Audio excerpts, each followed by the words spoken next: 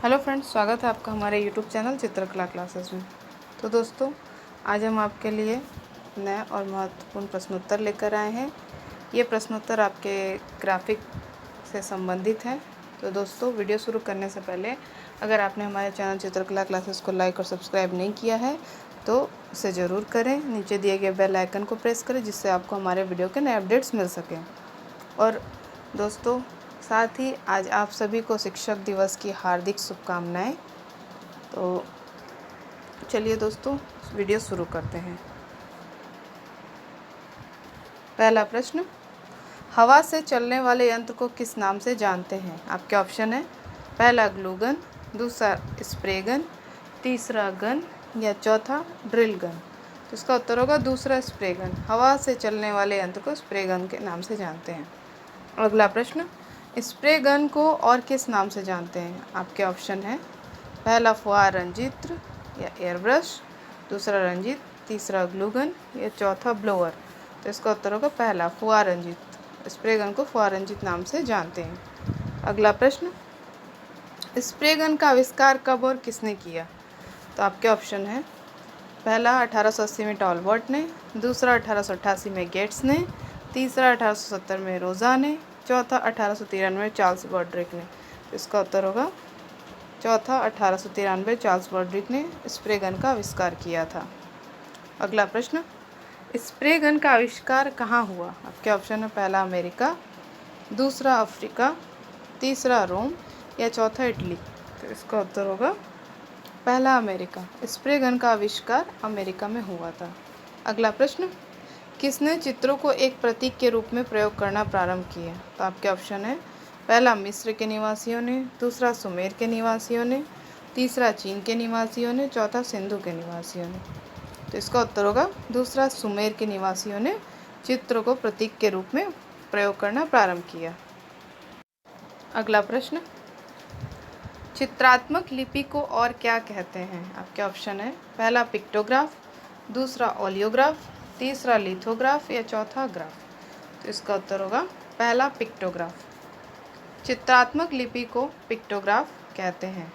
अगला प्रश्न, सर्वप्रथम चित्रात्मक लिपि का प्रयोग कब प्रारंभ हुआ? आपके ऑप्शन है पहला 3500 ईसा पूर्व, दूसरा 2100 ईसा पूर्व, तीसरा 1100 ईसा पूर्व, चौथा 3100 ईसा पूर्व। इसका उत्तर होगा चौथा 3100 ईसा पूर्व।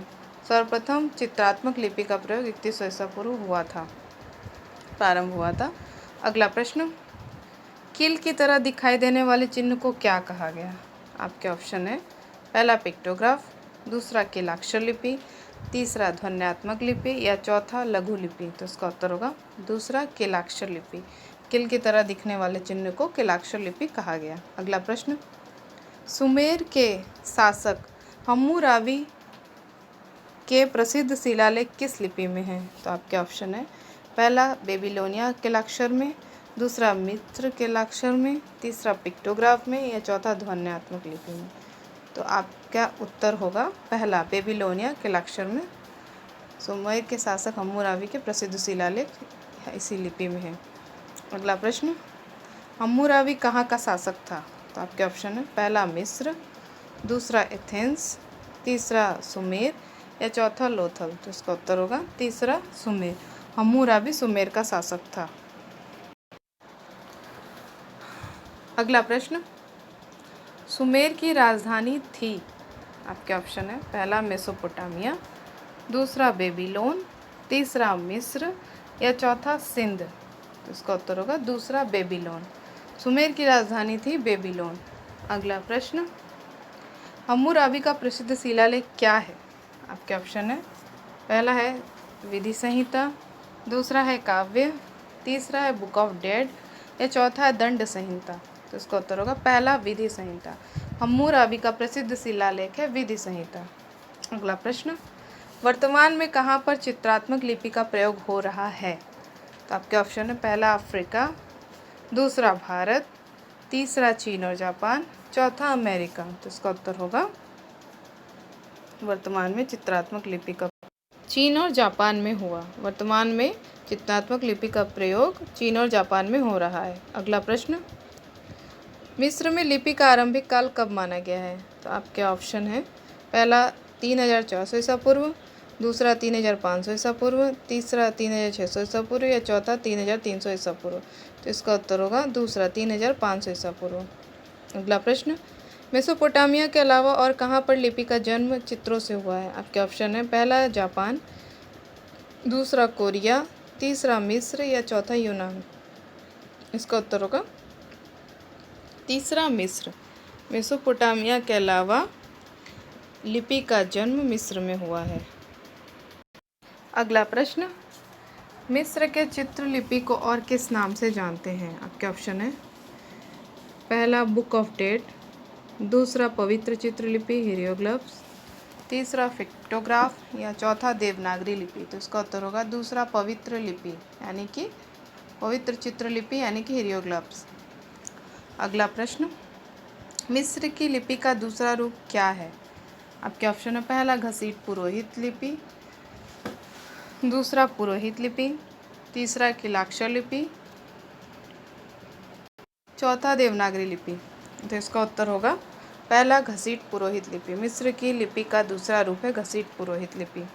अगला प्रश्न, मिस्र के घसीट पुरोहित लिपि को किस पर लिखा जाता था? आपके ऑप्शन है, पहला पेपिरस पर, दूसरा ताड़पत्र पर, तीसरा दीवार पर या चौथा कपड़े पर। तो इसका उत्तर होगा पहला पेपिरस। मिस्र के घसीट पुरोहित लिपि को पेपिरस पर लिखा जाता था। अगला प्रश्न, कागज का विकास सर्वप्रथम कहाँ हुआ? आपके ऑप्शन है, पहला जापान, दूसरा चीन, तीसरा रोम, चौथा मिस्र। इसका उत्तर होगा चौथा मिस्र। कागज का विकास सर्वप्रथम मिस्र में हुआ। अगला प्रश्न, कागज का विकास कब हुआ और उस कागज का क्या नाम था? तो आपके ऑप्शन है, पहला 1100 ईस्वी में ताड़पत्र, दूसरा 2000 ईस्वी में कपास, तीसरा 2600 ईस्वी में पेपिरस या चौथा 3500 ईस्वी में रेशम। तो इसका उत्तर होगा तीसरा 2600 ईस्वी में पेपिरस। कागज का विकास 2600 ईस्वी में हुआ था और उस कागज का नाम था पेपिरस। अगला प्रश्न, पेपिरस कैसे तैयार होता था? आपके ऑप्शन है, पहला रबर से, दूसरा पेड़ों की छाल से, तीसरा रेशम से या चौथा ऊन से। तो इसका उत्तर होगा दूसरा पेड़ों की छाल से। पेपिरस पेड़ों की छाल से तैयार होता है। दूसरा, पेपर से किसका नामकरण हुआ है? आपके ऑप्शन है, पहला पेपर, दूसरा कपड़ा, तीसरा रेशम या चौथा ऊन। तो इसका उत्तर होगा पहला पेपर। पेपिरस पेपर से नामकरण हुआ है पेपिरस। अगला प्रश्न, मिस्र में संदेश संप्रेषित करने के लिए किस लिपि का प्रयोग किया गया? क्या ऑप्शन है, पहला ग्रीक, दूसरा किलाक्षर लिपि, तीसरा हीरोग्लिफ्स लिपि या चौथा प्राचीन लिपि। तो इसका उत्तर होगा तीसरा हीरोग्लिफ्स लिपि। मिस्र में संदेश संप्रेषित करने के लिए हीरोग्लिफ्स लिपि का प्रयोग किया गया। अगला प्रश्न, मिस्र में पांडुलिपि का निर्माण किस पर किया गया? आपके ऑप्शन है, पहला ताड़पत्र, दूसरा पेपिरस, तीसरा कपड़ा या चौथा दीवार। तो इसका उत्तर होगा दूसरा पेपिरस। मिस्र में पांडुलिपि का निर्माण पेपिरस पर किया गया। अगला प्रश्न, मिस्र की चित्रात्मक पांडुलिपि को वर्तमान में किस नाम से जानते हैं? आपके ऑप्शन है, पहला मृतक की पुस्तक, दूसरा स्टोलन लेगेसी, तीसरा द फराओ या चौथा एंशिएंट इजिप्ट। तो इसका उत्तर होगा पहला मृतक की पुस्तक। मिस्र की चित्रात्मक पांडुलिपि को वर्तमान में मृतक की पुस्तक नाम से जानते हैं। तो दोस्तों, आज के लिए बस इतना ही। आने वाले समय में आपके लिए इसी तरह ग्राफिक्स के और भी प्रश्नोत्तर लेकर आएंगे। हमारे चैनल से जुड़े रहने के लिए हमारे चैनल चित्रकला क्लासेस को लाइक और सब्सक्राइब करना ना भूलें। नीचे दिए गए बेल आइकन को प्रेस करें जिससे आपको हमारे वीडियो के नए अपडेट्स मिल सकें।